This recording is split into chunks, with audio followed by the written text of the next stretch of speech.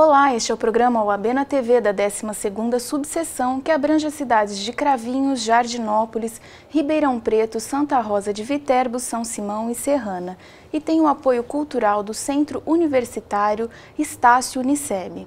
No programa de hoje, nosso convidado é o Dr. Daniel Salomão, que nos falará sobre alimentos.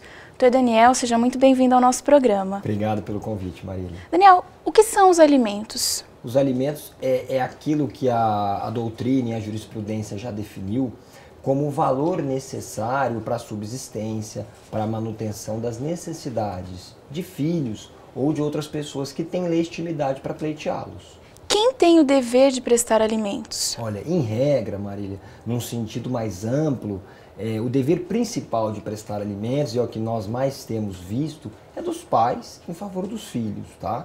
Mas isso não é uma regra, isso comporta exceções. Existem casos de filhos prestando alimentos para pais, havendo comprovada a necessidade e possibilidade desses filhos.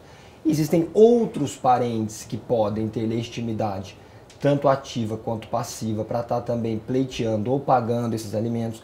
Mas naquilo que seria o objeto principal, acredito eu, da nossa conversa hoje, e como forma também de esclarecer melhor, acho que o foco principal é essa obrigação que todos nós conhecemos dos pais em favor dos filhos. Naquelas relações que são homoafetivas, os alimentos também são devidos?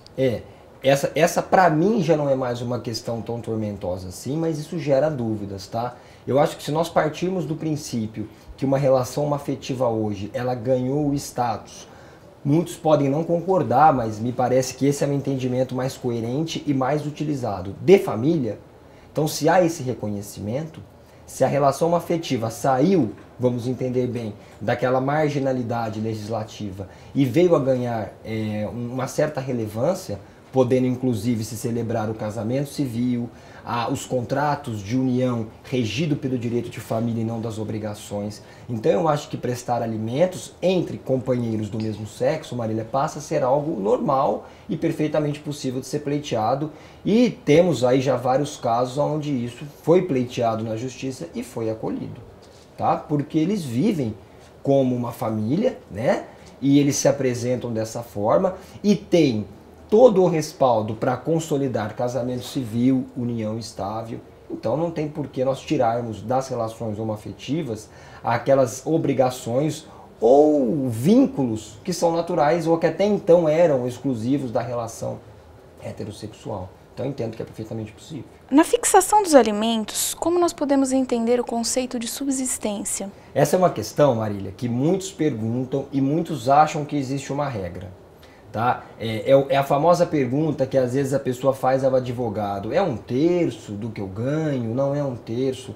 A regra geral, dentro do conceito de necessidade e possibilidade, é no sentido do juiz aferir com precisão, ou pelo menos com o maior número de elementos possíveis, qual é a real necessidade de quem está pleiteando os alimentos.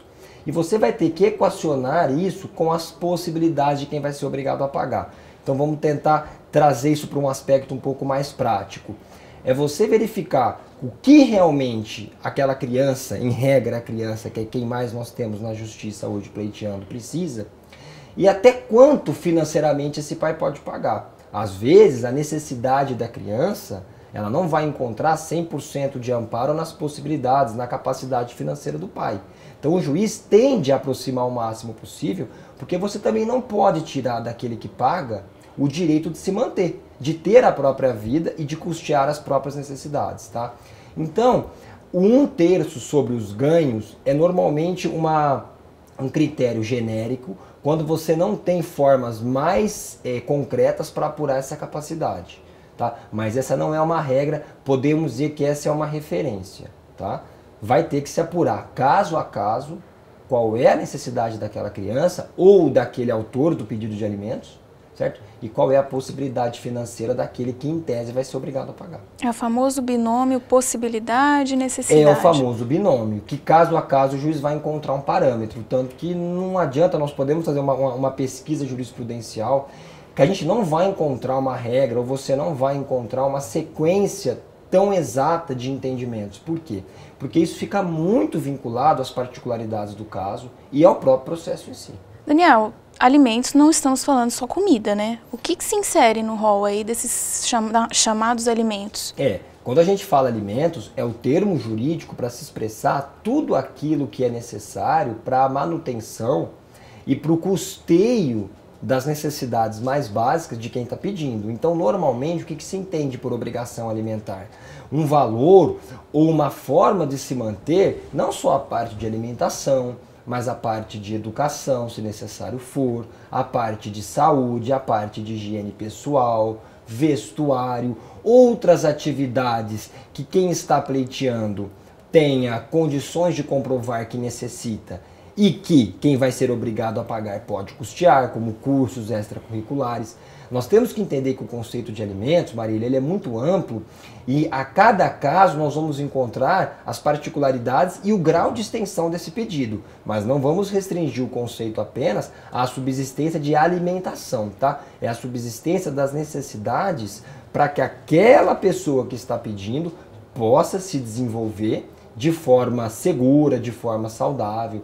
Então o conceito é bem amplo, a gente pode fazer um rol muito grande aí de coisas ou de necessidades que estariam sendo protegidas por essa obrigação alimentar. E aquela chamados alimentos entre cônjuges, como que fica essa questão? Primeira coisa importante a se dizer é que o cônjuge ele tem legitimidade para pedir alimentos para o outro cônjuge, tá? Então o varão ou a virago, no caso de uma dissolução do vínculo conjugal ou da união estável, havendo comprovada necessidade, um pode pedir em desfavor do outro, tá? Isso não foi extirpado da legislação e isso é absolutamente pacífico. O que nós precisamos entender apenas é que, em regra, busca-se alimentos pelo conceito de necessidade, tá? Então, se um cônjuge efetivamente comprovar por circunstâncias específicas, como por exemplo, não vinha trabalhando porque dentro da relação conjugal ele cumpria outras obrigações que lhe tiravam essa possibilidade, tá?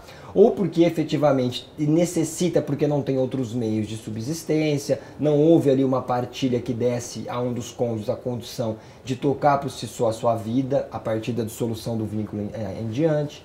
Então, nesses casos, é possível que se pleiteie a pensão sobre a mesma ótica dos alimentos devidos de pai para filhos. Isso é também pacífico, é possível. O que apenas se pondera hoje na jurisprudência é que a obrigação entre cônjuges, ela normalmente deve, por uma melhor orientação, ser limitada no tempo, deve-se estabelecer um critério de prudência no arbitramento e no tempo desses alimentos, né? Até para que esse expediente legislativo não vire uma forma de inibir ou de desmotivar a pessoa a buscar por si mesma os seus recursos, as suas condições financeiras. No caso do divórcio, é possível que o juiz fixe um prazo determinado ou que ele limite o pagamento dos alimentos de um cônjuge para o outro até que o que necessita se recoloque no mercado? Olha, Marília, esse é sempre o melhor entendimento, tá? A gente ainda vê na prática os magistrados fixando alimentos ainda e liminarmente com uma despreocupação em relação a uma limitação de tempo. O critério temporal acaba dependendo mais de iniciativa do advogado, que representa os interesses de quem vai ser obrigado a pagar, para buscar esse estabelecimento.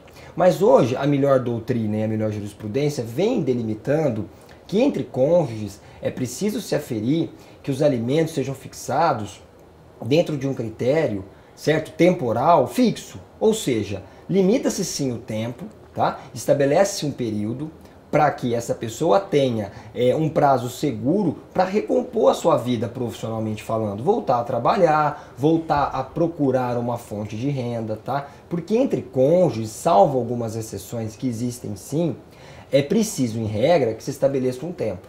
Agora, também é preciso estabelecer as exceções. A gente tem, às vezes, pessoas que foram casadas por 40, 50 anos. A esposa já não tem, talvez, mais a condição, ou o marido, de retomar essa vida profissional. E a gente sabe que o mercado hoje, ele acaba não favorecendo muito as pessoas que já estão em idade mais avançada. Então, tem casos, obviamente, que o juiz também pode analisar e de repente fixar os alimentos sem que haja um prazo ou um termo final para aquela obrigação. Mas, em regra, procura-se sempre se estabelecer uma obrigação alimentar por tempo determinado, para que a pessoa entenda que aquilo é um respaldo financeiro que ela vai ter, mas ela tem que buscar por si mesma os seus recursos, principalmente em casos de comprovada capacidade de trabalho, idade ainda que permite a inserção no mercado, né? Bons relacionamentos, curso superior. Então esse vem sendo sim um entendimento, penso eu, mais equilibrado e mais justo. E com relação àquele cônjuge que é culpado pelo término do casamento, ele também tem direito aos alimentos? Como que está essa situação? Essa situação, Marília, ela vai esbarrar naquilo que já foi bastante debatido, se nós temos ou não o fim da separação com a famosa emenda constitucional do divórcio, tá? Para aqueles que entendem que o Código Civil foi tacitamente revogado nas disposições da separação, por força de que o divórcio passou a ganhar um status de única forma de se dissolver o vínculo conjugal, então essas pessoas vão dizer que não. Mas como eu entendo que aqueles dispositivos estão lá e são vigentes até que eles sejam expressamente revogados, da forma legislativa correta, então eu entendo que é perfeitamente possível sim, não só o uso da separação como ferramenta apropriada para se discutir o fim de uma sociedade conjugal, tá? E, obviamente, é possível, dentro do conceito de separação, você explorar a ocorrência da culpa. E, de fato, o dispositivo é claro que o cônjuge culpado, ele perde o direito de perceber alimentos, a não ser aqueles estritamente necessários à sua subsistência. Então, eu entendo perfeitamente possível aplicar esse instituto, se o caso concreto necessitar ou se for pertinente, porque você vai entrar na esfera da culpa para você poder gerar esta consequência, que é a perda dos alimentos acima do limite necessário à subsistência. Então eu defendo sim que é possível. E o que são os alimentos compensatórios? Os alimentos compensatórios, que é algo extremamente polêmico, é algo extremamente novo, alguns juristas defendem essa tese, mas ela ainda é debatida de forma tímida. Os alimentos compensatórios seriam alimentos fixados dentro do processo, mas que por vezes nem a natureza de alimentos eles têm verdadeiramente. É uma forma que o judiciário está encontrando, respaldado pela tese desses juristas que estão levando essa discussão para os casos concretos, para se apurar uma prestação financeira, uma ajuda que dizem ser de natureza alimentar, tá? Para aquele cônjuge que está pleiteando. Mas o que é preciso ficar claro? Nos alimentos compensatórios, pelo menos assim falam os juristas que defendem essa tese, o juiz encontra uma alternativa para fixar valores que às vezes extrapolam e muito o limite da necessidade de quem está pedindo. Então você encontra alimentos compensatórios em valores que me parecem fixados muito mais como uma forma de reparação do que propriamente de assistência, que essa é a verdadeira essência da obrigação alimentar. Então, eu trato alimentos compensatórios de forma muito cuidadosa, porque se essa tese ela começar a ser interpretada de uma forma talvez equivocada, a gente pode voltar a ter decisões onde você vai ter obrigações alimentares altíssimas, porque muito mais de cunho reparatório e compensatório do que assistencial, tá? A gente tem alguns exemplos de processos onde os alimentos compensatórios são fixados para se reparar dividendos que a esposa não recebe, casos em que ela, por exemplo, é sócia de uma empresa que está sob partilha, aluguéis de imóveis que ainda estão sob júdice. Mas, na verdade, se nós encontrarmos realmente dentro do processo uma situação como essa, você enxerga muito mais um direito que ela tem aos lucros e aos frutos daquele patrimônio do que propriamente uma compensação pela via alimentar. E alguns juízes trocam isso, fixam um valor, às vezes, fora dos padrões para aquilo que seria uma definição correta de alimentos e dá esse conceito de alimentos compensatórios. É algo muito novo e que eu acho que tem que ser tratado com bastante cuidado. Faremos um breve intervalo e voltaremos a seguir.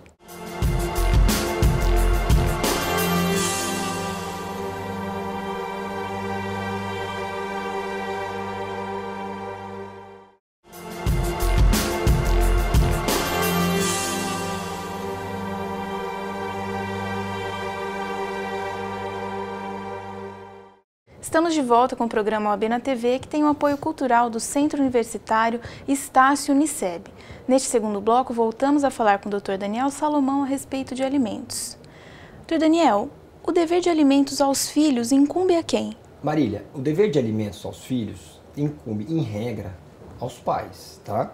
presta-se alimentos, tá? Aquele cônjuge que não detém a guarda, que não está na custódia legal do filho e que não gere pessoalmente as suas necessidades. Por que eu estou frisando isso? Porque alimentos a serem pagos por aquele cônjuge que não está na posse direta do filho, não quer dizer que o cônjuge que está com a criança ou com o menor não tenha também o dever de prestar. Então, o que se entende aí? Que o juiz deve equilibrar esta obrigação, levando em conta que a obrigação é mútua, tá? É de ambos os pais, e que cada qual contribui na medida do que ganha, na proporção da sua capacidade financeira. Eu faço questão de frisar isso, porque a gente vê muitos julgados onde percebe-se por muitas vezes 100% da obrigação alimentar em torno daquele que está sendo demandado na ação de alimentos e não resta qualquer responsabilidade financeira perante aquele que está com a criança. O conceito de ficar com o filho, de assumir a custódia direta da criança, não pode ser tido como a única justificativa para falar este não paga, o outro paga tudo. Então eu acho sempre que isso precisa ficar claro. A obrigação deve ser dividida na proporção do que cada um pode oferecer. Em regra, aquele que está sendo demandado na ação de alimentos e que não está na custódia direta da criança, vai honrar com aquela obrigação alimentar na proporção do que pode, certo? E os valores, as obrigações que porventura não estiverem inseridas naquela decisão judicial, elas serão complementadas, elas serão adimplidas pelo outro cônjuge que está na posse direta do filho. Então acho que o conceito é sempre de divisão e de encontrarmos uma proporcionalidade, certo? Cada um paga na medida do que pode. Se, obviamente, ficar comprovado que a mãe, dando um exemplo que é o exemplo mais comum, não tem condições realmente de honrar com nenhuma obrigação, não tem capacidade para tanto, e que o pai tem, tudo bem, eu não estou dizendo que é injusto o pai honrar com 100% dessa obrigação.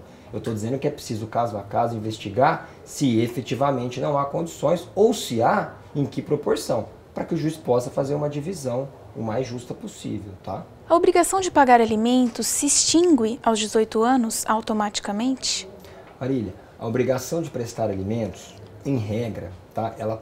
Ela para aos 18 anos, mas ela não para de forma automática, tá? A lei determina que com a maioridade civil, os alimentos, eles podem vir a ser extintos, exonerados. Mas a melhor orientação é sempre no sentido de que aquele que paga, se entender que com o cômputo dos 18 anos o filho realmente não faz mais jus àquele auxílio, então que ele entre com a ação de cunho exoneratório e obtenha uma decisão judicial que lhe garanta isso.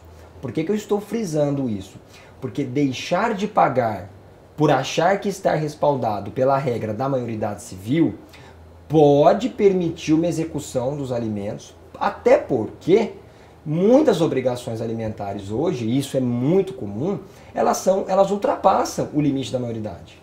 Principalmente quando o jovem, o filho, está cursando faculdade, está iniciando aí o terceiro grau. Então, nesse caso específico, a prudência pede, exonere-se judicialmente para parar de pagar. E, que fique claro, essa continuidade da obrigação alimentar, acima da maioridade, ela é tanto para homens, para mulheres, quem estiver fazendo jus, se estiver cursando, se estiver demonstrando que há uma continuidade da vida acadêmica, indo bem, tirando boas notas, fazendo jus à continuação desse auxílio, o judiciário hoje já está bem inclinado, já está bem solidificado o entendimento de que a obrigação alimentar vai continuar.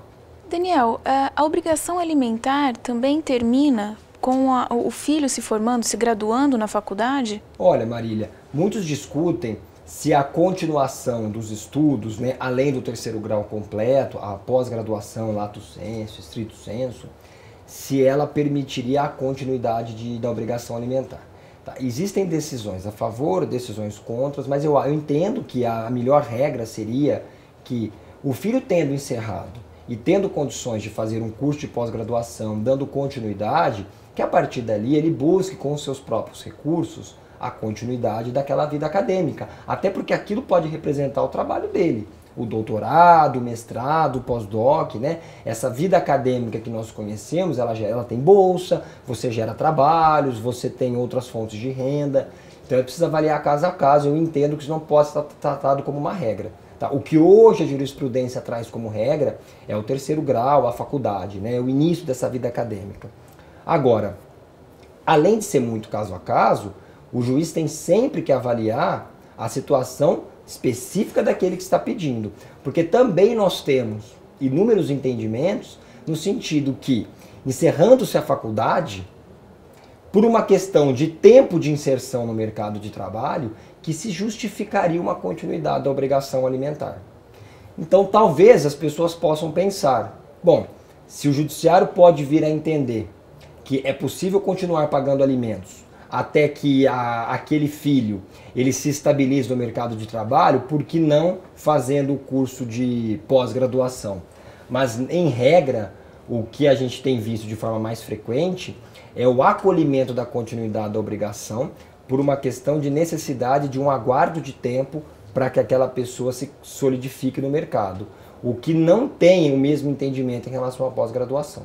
Com relação aos alimentos gravídicos. Esse é mais um tema polêmico, embora esse já mais solidificado, onde os alimentos gravídicos são os alimentos pleiteados pela mãe, que ainda está em vias de conceber um filho, né? Ela está desenvolvendo uma gestação, e pede alimentos que se destinam muito mais à manutenção e ao custeio daquela gestação. O que ela vai precisar em termos de procedimentos, de exames, de alimentação, procedimentos relacionados ao pré-natal. O que se discute muito, e é preciso explicar, Marília, é que os alimentos gravídicos, eles se pautam em uma presunção, em um indício de prova. Porque você não tem uma paternidade constituída ainda. O juiz vai ter que ter muito cuidado para avaliar se naquele caso concreto ele tem uma prova minimamente capaz de dar a ele esse entendimento. Realmente o réu, eu penso que o réu tem ótima chance de ser o pai. Por quê? Porque você, em regra, está impondo uma obrigação sem constituir a paternidade. Então isso precisa ficar bem claro. Alimentos gravídicos, eles são fixados num indício de prova, porque nós não temos ainda uma comprovada paternidade. Mas são alimentos que, num primeiro momento, vão se destinar a isso, a custear e a tornar viável, seguramente, aquela gestação. Uma vez a criança nascendo, eles podem até, pela lei, ser convertidos já nos alimentos que serão propriamente prestados em favor do menor. E se comprovada que a criança não é filha daquele suposto pai? Essa é uma discussão, porque a gente vai entrar na questão se os alimentos são irrepetíveis ou não. Mas se comprovado, entende-se que aquele processo então seria extinto, aquela obrigação deixaria de existir, mas é altamente controvertido a questão se você pode restituir esse valor. Porque, querendo ou não, a princípio, presume-se a boa-fé de quem entrou com a ação pedindo alimentos gravídicos. E se você não comprovar uma conduta altamente dolosa, entende-se também que você não pode punir aquela mãe que, por algum motivo, entendia que o autor da ação era o pai. Tá? Agora, se você quiser pensar na possibilidade de apurar por vias próprias, por perdas e danos, né, o prejuízo que essa ação causou ao suposto pai, que depois de nascida a criança foi confirmado como não sendo pai, aí acho que o mais correto seria apurar isso numa ação autônoma, onde ele pudesse tentar produzir provas para tentar provar essa má-fé, esse dolo, né, essa conduta extremamente ilícita e ilegal da mãe. Além do mais, Marília, é preciso ficar claro que esta possibilidade do suposto pai, que não se confirmou como sendo pai, demandar numa ação própria uma reparação por esses alimentos gravídicos que ele pagou ao longo daquela demanda, esta é uma ação de indenização onde o juiz não vai necessariamente fixar o exato valor que ele pagou. O juiz vai fixar dentro daquele caso concreto um valor a título de reparação de danos. É dano moral mesmo, é responsabilidade civil, tá? Não existe uma correlação direta entre o valor que ele pagou a título de alimentos e o valor que ele vai querer receber por esses prejuízos que ele entende que sofreu em função dessa ação original. O que se entende por alimentos avoengos? Marília, esses são os alimentos que são prestados pelos avós, tá, em favor dos netos, nos casos de comprovada impossibilidade dos pais honrarem com essa obrigação. Eu falo sempre isso porque é preciso fazer uma ressalva. Essa responsabilidade dos avós, ela tem previsão legal, ela tem respaldo na doutrina e na jurisprudência, mas ela tem que ser uma responsabilidade subsidiária, é uma complementação. Você não pode invadir a esfera patrimonial dos avós com a imposição de uma obrigação alimentar se você não esgotou seguramente as possibilidades dos genitores. Tá? Então, são os casos típicos onde os pais não têm nenhuma condição de honrar com aquilo que o filho precisa.